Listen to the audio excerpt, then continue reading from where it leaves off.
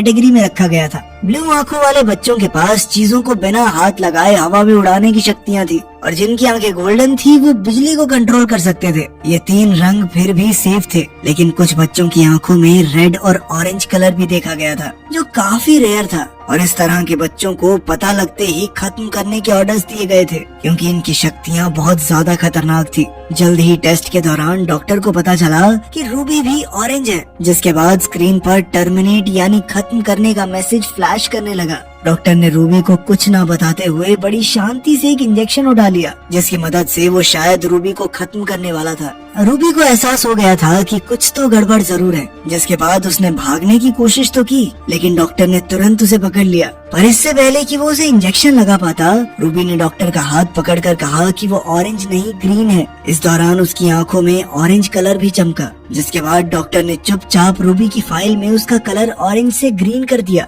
इसका मतलब ये था कि रूबी के अंदर किसी के भी दिमाग पर काबू पाने की शक्ति है। इसके बाद सभी बच्चों को ग्रीन, ब्लू और गोल्डन कपड़े पहना दिए गए। रूबी ने देखा कि वहाँ कोई भी रेड और ऑरेंज कपड़ों वाला बच्चा नहीं था, क्योंकि शायद उन्हें पहले ही मार दिया गया होगा। इस तरह लगभग 6 साल बीत गए। अब जो काम तेज दिमाग वाले ग्रीन बच्चे बड़ी आसानी से कर लेते थे, वो रूबी को समझ नहीं आते थे। और इसी तरह एक दिन कैप्टन मैकमेनस की नजर उस पर पड़ी। वो रूबी से कहने लगा, जितना तेरा दिमाग है, तू मुझे ग्रीन तो नहीं लगती। ये सुनकर रूबी काफी घबरा गई, और जब वो अपने ग्रुप के साथ वापस कमरे में जा रही थी, तो अचानक स्पीकर से हाई फ्रीक्वेंसी साउंड की बौछार हो गई, जो सिर्फ ये खास बच्चे ही सुन सकते थे। बाकी किसी पर इसका कोई असर नहीं था। जल्द ही रूबी बेहोश हो गई और उसकी आंख खुली मेडिकल रूम में, जहाँ एक फीमेल डॉक्टर उसके सामने बैठी थी। जल्द ही एक गार्ड ने वहाँ आकर डॉक्टर से कहा कि इलाज का समय बहुत हुआ, जल्दी चलो यहाँ से। डॉक्टर ने जल्दी से एक कागज पर कुछ लिखा और वहाँ से चली गई। उस नोट में लिखा था कि इन लोगों को तुम्हारी सच्चाई पता चल चुकी है। जिंदा रहना चाहती हो तो बॉयलर रूम में आकर मिलो।